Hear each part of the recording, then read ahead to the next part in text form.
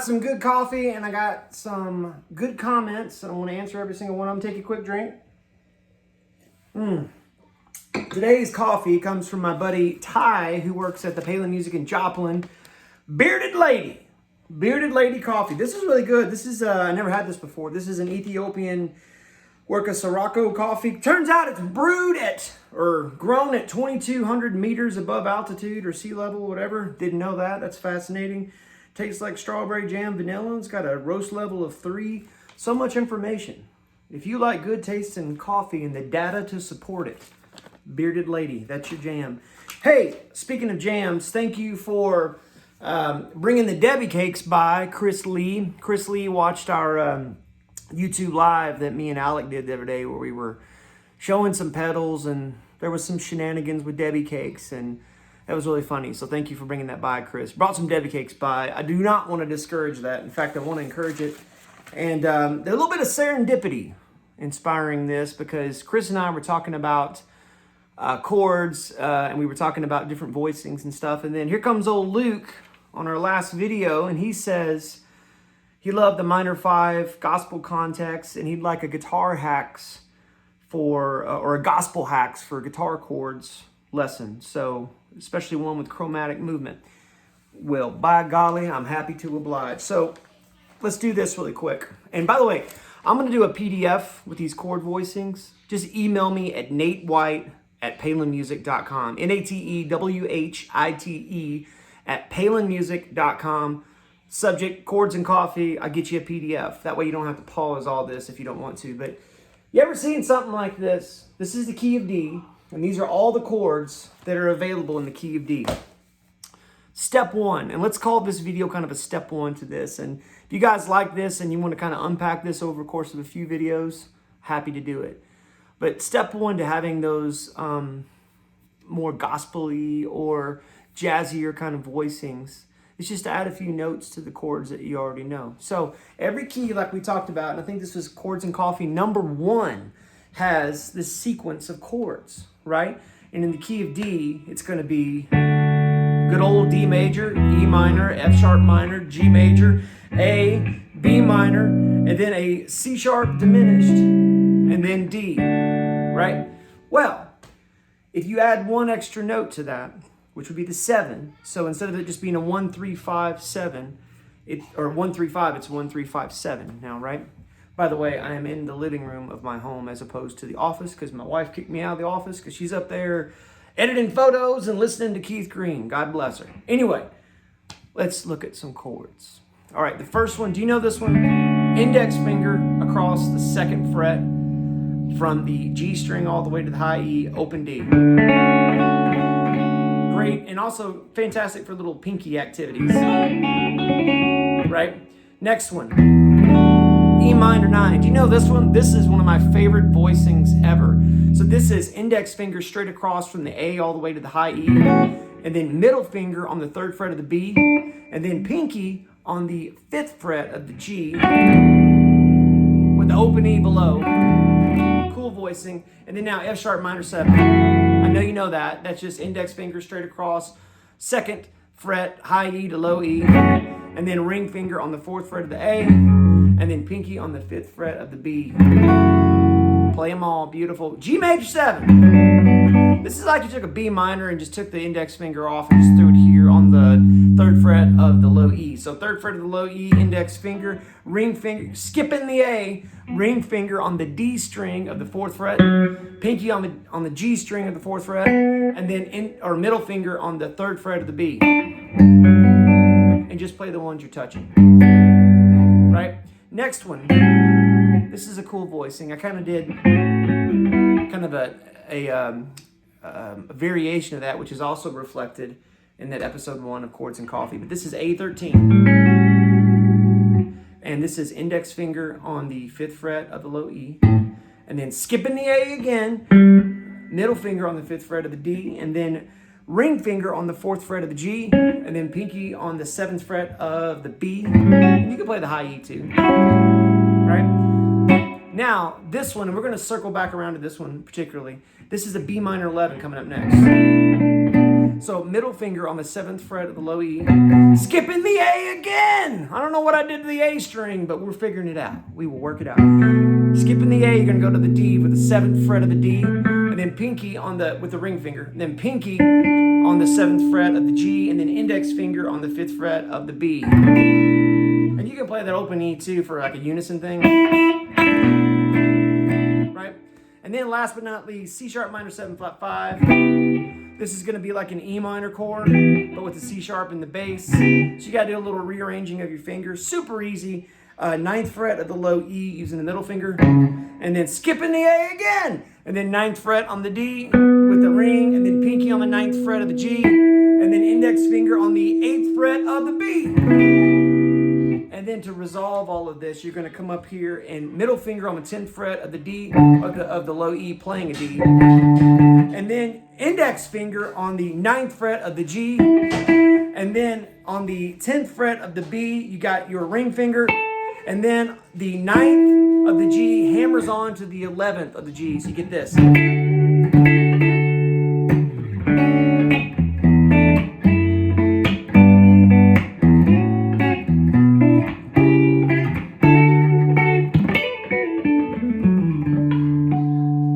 Right? And this is pretty cool because this little grip right here, if you just kind of think of the C sharp minor pentatonic,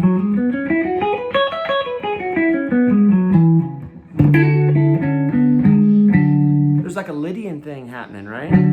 Because of that G sharp. Right? There's some interesting little things in there.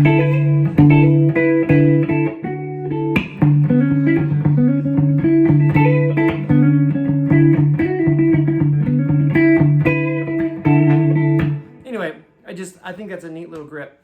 If you use those chords in place of your standard fare, that in of itself instantly gives you some different flavor for your chord progressions. But how about one more, and then I'm going to get to Luke's quick thing.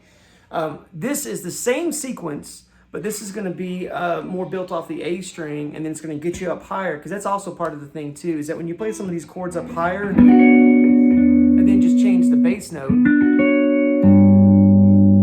all of a sudden it yields a completely different voicing, right?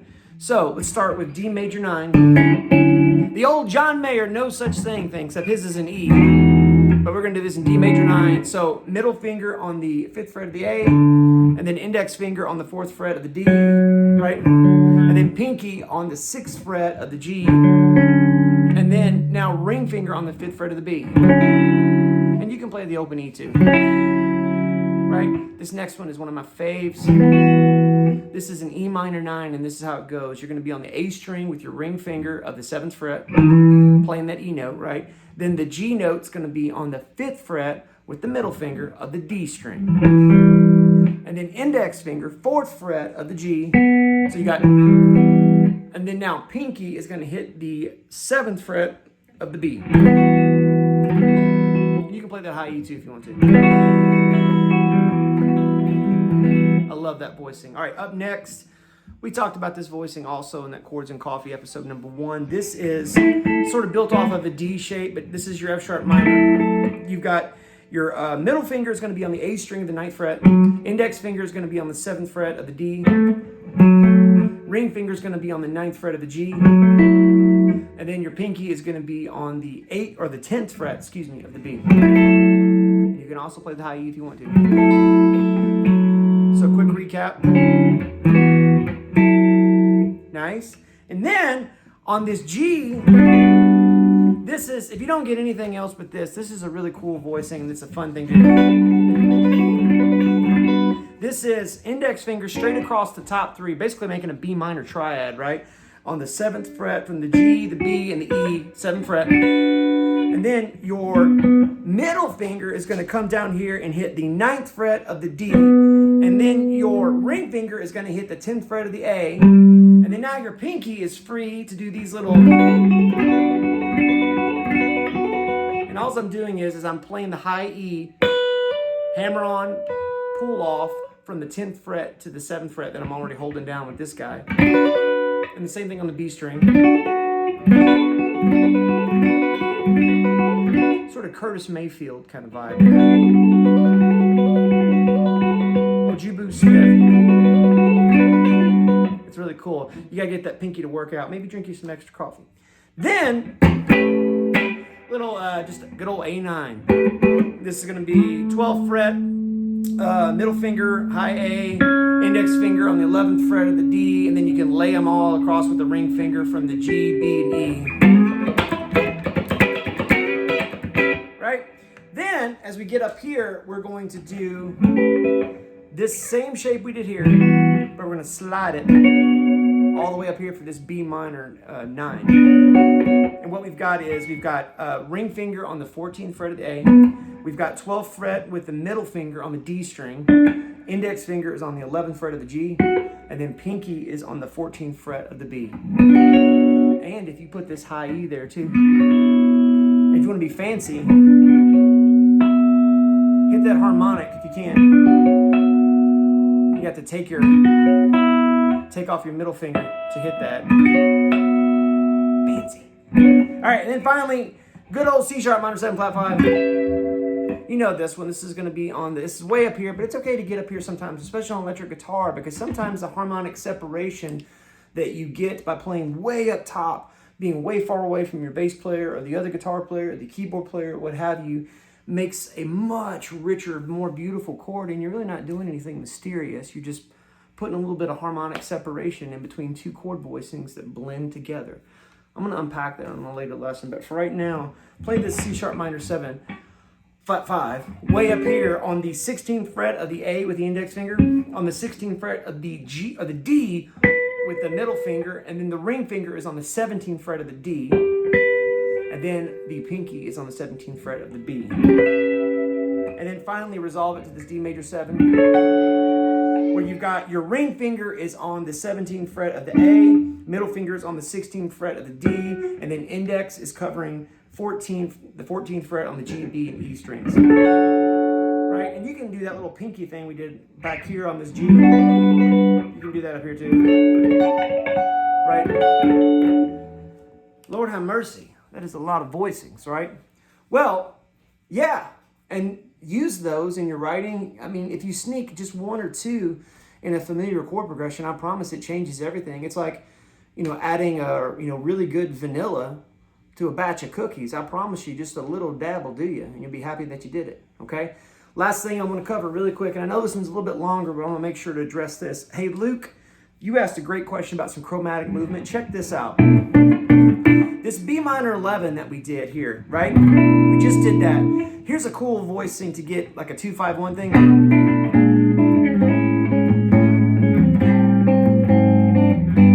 Right? And all that's happening here is I'm going from this B minor 11 and these two fingers right here. So the 7th fret of the low E with my middle finger and the 7th fret of the D with my ring finger. I'm sliding those back a half step. And the other two fingers are not moving, right?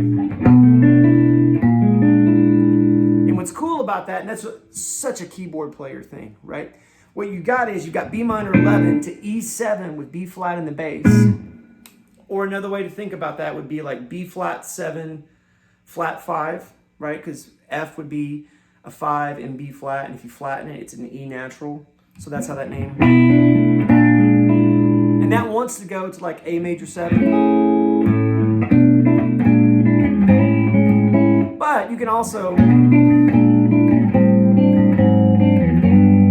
and that's pretty cool too, right? So all I did there was just this B minor 11 down to this E7 that I just showed you with the B flat in the bass, and then to A minor 11 to the exact same thing, D7 with A flat in the bass to G major 7, right? And so that's kind of a hip thing if you're doing,